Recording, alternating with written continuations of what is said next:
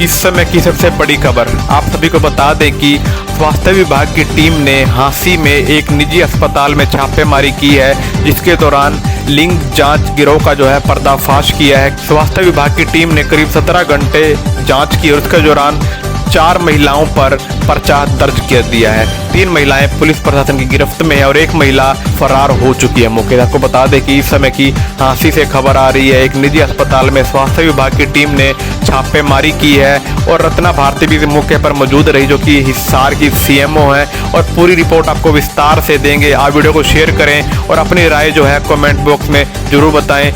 हमारे को कुछ दिनों से इन्फॉर्मेशन थी, हाँ, हमारे विभाग को कुछ दिनों से इन्फॉर्मेशन थी कि आपके हांसी के अंदर एक हॉस्पिटल है, निजी हॉस्पिटल, वो कई टाउट्स के एक सर्कल के थ्रू काम करते हैं और उसमें मल्टीपल टाउट्स इन्वॉल्व हैं। तो बड़ी मुश्किल से हम लोगों ने उन टाउट्स के अंदर एक हमारा बंदा डाला और उसके थ्रू हमने अपना एक डेकोई तैयार करके वो भेजा। तो पीछे 23 तारीख को हम लोग पहले आए थे। कौन सा हॉस्पिटल है सर? दत्तरवाल हॉस्पिटल जो आपका जीटी रोड के ऊपर है। 23 तारीख को हम लोग पहले आए हैं। कल का हमारा जो है ना दूसरा टूर था। 23 तारीख वाले दिन हमने टाउट को भेज दिया था। टाउट यहाँ आया है, टाउट यहाँ से आके अल्ट्रासाउंड करवा के गया है।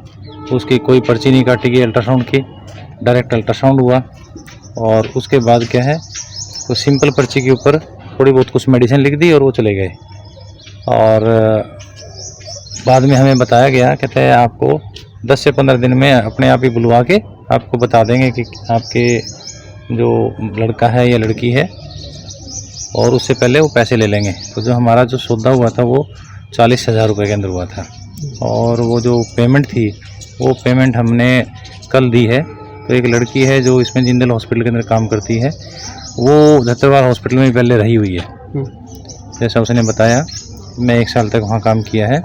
तो उसका संबंध था यहाँ गांव, मतलब दत्तरवाल हॉस्पिटल के पास ही कोई लोकल लेडी है, पूनम नाम है, उसके साथ वो बीच में दोनों सहेलियां बन गई। यहाँ बीच में काम किया होगा उन्होंने साथ में। तो वो जो हॉस्पिटल में जो है उनका क्या नाम बता रहे हैं? उनका नाम है गीता उर्फ कोकी। किस पोस्ट पे है वो? वहाँ स्टाफ नर्स है सर। ठीक है। तो आज मतलब कल उन्होंने बुला लिया था, भाई ठीक है आप पेमेंट कर दो, हम आपको सेक्स बता देंगे। तो उन्होंने जिंदल हॉस्पिटल में बताया 5 बजे भैया आ जाना, हम लोग बस स्टैंड पे मतलब दरवाजे पे मिल जाएंगे। हम लोग बाई फेस जानते नहीं थे वो कौन है बंदी, ठीक है। तो हमने किसी न किसी तरीके से ढूंढा, उसकी कोई तस्वीर कहीं से मिल जाए वो ढूंढ ली हमने। तो उसके बाद ये था भाई फलां ये लड़की अगर आएगी तो हम लोग पहचान लेंगे। फ़ोन से संपर्क और बता दिया। हमारे जो डेकोई महिला थी और उसके साथ जो महिला थी उनको कहा भी आप इस जगह बैठ जाना, हम आपके आसपास ही होंगे। तो फ़ोन से उन दोनों का संपर्क हुआ। अंदर पार्क है, उस पार्क में वो लेडी बैठ गई हमारी।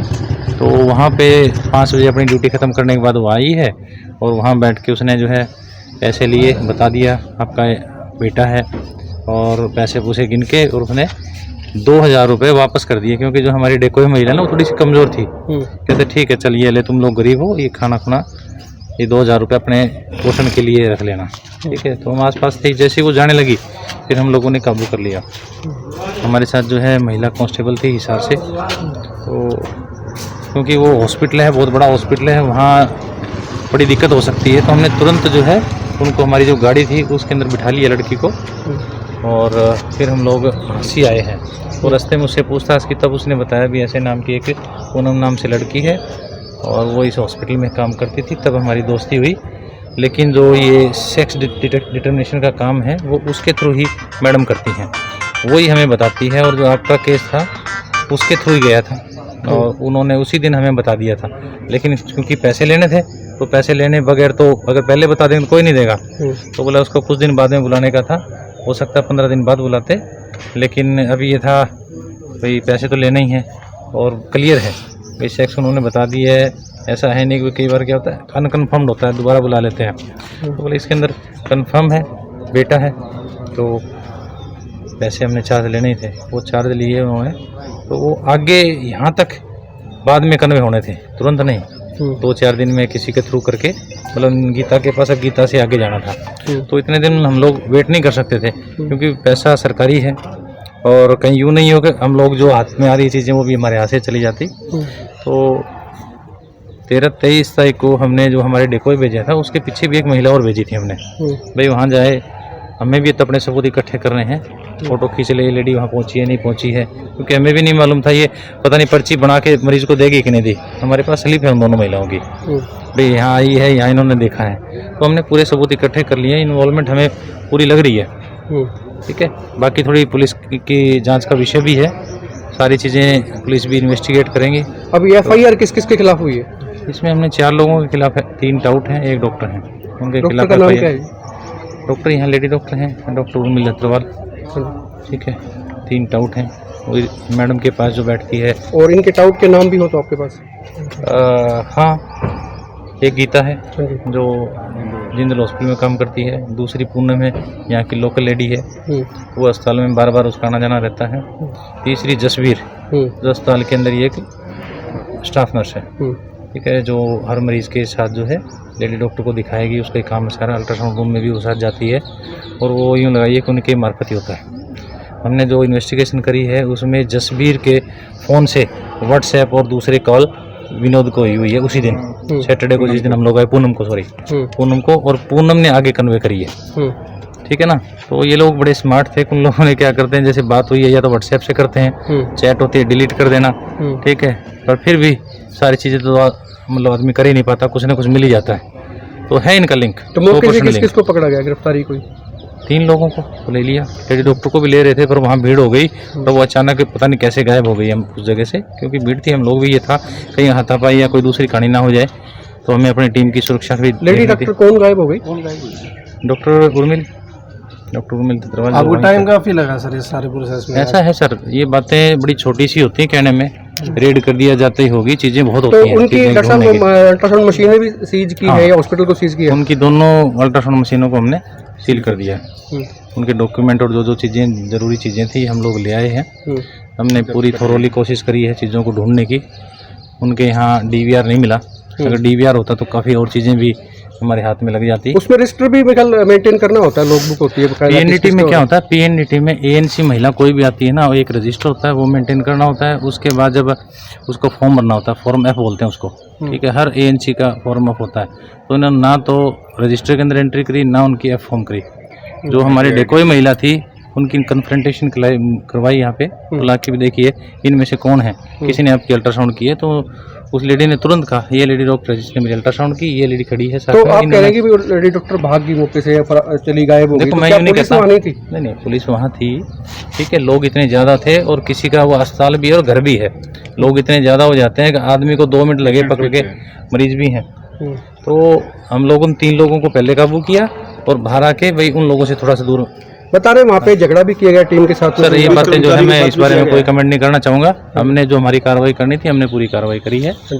तो ये सोच रहे हैं डॉक्टर साहब कब से आ रही थी कि यहाँ पर PNDT का मामला है, मतलब सेक्स डिटर्मिनेशन हो रहा है? ऐसा सर, मैं पिछले 1-1.5 साल से यहाँ मतलब हिसार में काम करता हूँ, तो हमें सूचना मिल जाती है, और इसके ऊपर भी हमें इस एरिया में ना सेक्स रेशो बड़ी गड़बड़ है।